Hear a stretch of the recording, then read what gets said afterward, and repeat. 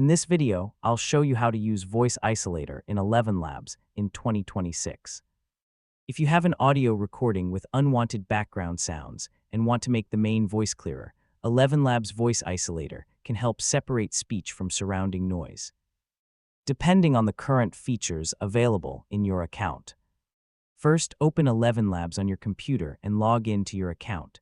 Once you are inside the ElevenLabs workspace, look for the Voice Isolator or Audio Isolation feature. The exact location and name of the tool may change as the platform is updated. After opening the tool, you'll need to provide the audio you want to process. Look for the Upload or File Selection option and choose the supported audio file from your computer.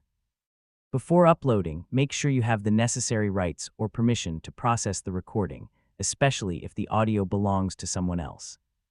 Once your file is uploaded, give ElevenLabs a moment to process the recording. The Voice Isolator is designed to focus on the voice while reducing unwanted surrounding sounds. This can be useful when your recording includes background noise, room sounds, or other distractions. After processing is complete, listen carefully to the result. Compare it with the original recording and check whether the main voice sounds clearer.